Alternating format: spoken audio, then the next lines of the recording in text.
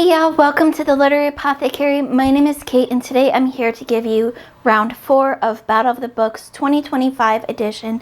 This is my top 16 books I read in 2025, dwindling down to the top 8 books, so we're just going to jump right into it.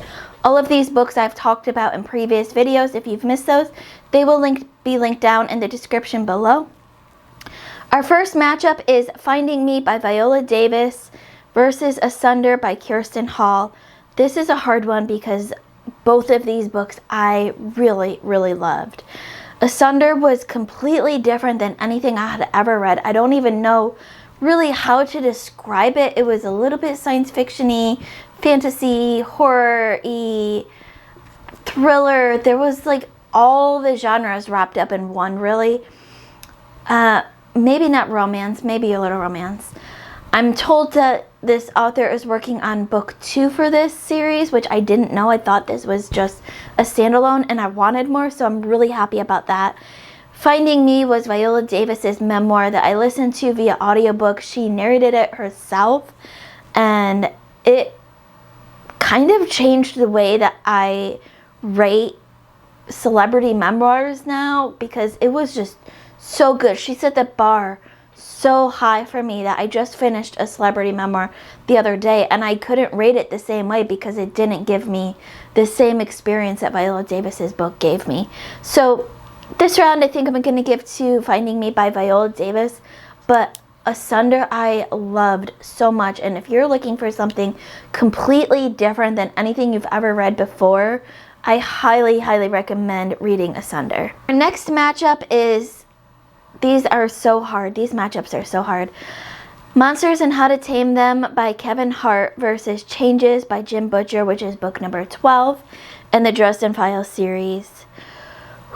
Monsters and How to Tame Them was kind of a self-help book by Kevin Hart. It was an audiobook that I listened to with John in the car, and it was really good. I loved the way that Kevin Hart talked about these different things, different personality quirks that we all have and how to kind of balance them and treat with them. Changes was my favorite book in the Dresden Files series so far, and it was completely different than any of the other books in that series. And this is book 12, so that's saying a lot. I think this one I have to give to Jim Butcher and Changes because that, even though I loved this series up until now, it changed my viewpoint on that series. And by the way, nothing has really come up to that level so far in the Dresden Files series for me. I am slowly getting near the end of the series or catching up to the series. So we'll see if the books continue. They continue to get better, but they just aren't at that same level that Changes was. Our next matchup is Listen for the Lie by Amy Tintera versus Witchcraft for Wayward Girls by Grady Hendrix. Listen for the Lie was a really good thriller, but it only became really good for me when I added in the audiobook and did an immersion read of it. Then that narrator really sold it for me. Witchcraft for Wayward Girls, I listened to straight audiobook, and this was a great book from start to finish. It made me want to not only read more Grady Hendrix books, but also buy more Grady Hendrix books, which I don't always get that feeling from authors. I think like I want to read more of these, but I can get it from the library.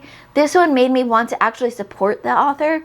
So I'm going to give this round to Witchcraft for Wayward Girls, and I can't wait to read more Grady Hendrix in 2026. Our next matchup is A Wizard of Earthsea by Ursula K. Le Guin. This is book 1 in the Earthsea Cycle series versus Damn Rebel Bitches, Women of the 45 by Maggie Craig. Now, Wizard of Earthsea was a classic fantasy book, epic fantasy. It was really well written, but it didn't feel that much different for me than other epic fantasies. It was a really good epic fantasy, and I do want to continue that series, but there wasn't anything special for it. Damn Rebel Bitches, Women of the 45. This was a nonfiction book written about women of the 45 uprising in Scottish history, and what was different about this compared to other nonfiction history books that I've read is that there was a sense of humor in this book. The way that Maggie Craig wrote, was humorous for a subject that is not humorous at all because of what happened after the 45. And it focused on other women in this uprising that were on both sides of the field, both the Jacobites and the Redcoats. And some of the women were, supporters of the 45, and some of them were on the other side. Some of them were supporting their husbands' views, and some of them were opposite of their husbands. And I just really appreciated the diversity and the humor in this book. So I'm going to give this round to Jam Rebel Bitches. Our next matchup is Life, the Universe, and Everything by Douglas Adams, Book 3 in the Hitchhiker's Guide to the Galaxy series, versus Matchship by Robin Hobb, which was Book 2 in the Live Ship Traders series. And this is another hard one. I really enjoyed Matchship by Robin Hobb. This one kind of showed me a little bit of what Robin Hobb's writing could do for me compared to what other people have felt in Farseer trilogy, the first trilogy in this universe series. But Douglas Adams' writing is just so unique. It was so funny. It was exactly what I needed at that time. I read this very early on in 2025 when we were going into the beginning of a lot of really crazy political things. Things were depressing in the world, and this kind of gave me a bright spot. So I'm going to give this one to Life, the Universe, and Everything. But I am continuing with Robin Hobb's Realm of the Elderlings. I'm into the Tawny Man series now and really enjoying it. I think so far that is the Tawny Man trilogy, even though I'm only in the first book of it and early on, is my favorite trilogy so far in the Realm of the Elderlings. So we'll see. Our next matchup is The Very Secret Society of Irregular Witches by Sangu Mandana versus James by Percival Everett. Now, I enjoyed the cozy fantasy that is The Very Secret Society of Irregular Witches. We have this young witch who gets called into this house to teach even younger witches, kids, how to use their magic so they are safe and they don't get caught. And there's another witch that is trying to take advantage of them. There's a lot going on. There's a romance that's budding, and it's just really cute and cozy, and I really enjoyed it. And I do want to read Sangu's other book, which I can't remember the title of right now. But this one has to go to James by Percival Everett, which was a retelling of the adventures of Huckleberry Finn. And it's from the point of view of James, the slave's point of view. And it just gave me a totally different way to look at that classic kids book and really brought it to life in this modern world and deserved all of the awards that it won. So James definitely wins this round. Next up, we have So Long and Thanks for All the Fish by Douglas Adams, which is book 4 in the Hitchhiker's Guide to the Galaxy series, versus The Curse of the Mistwraith by Janny Wirtz, which is book 1 in the Wars of Light and Shadow series. This is a tough one because I thought that So Long and Thanks for All the Fish would have made the perfect ending to that Hitchhiker's series if we didn't get book 5, Mostly Harmless. Book 5 just felt like it was not needed for me. Curse of the Mistwraith was some of the best writing I have ever read. It was one of the best prologues that I ever read, which was only a page long, but it gave you exactly what you needed going into the rest of that book. And if you've seen my videos before, you know I don't normally enjoy prologues. They usually feel like they could just be chapter 1 of the book, but this was like the perfect way to write a prologue.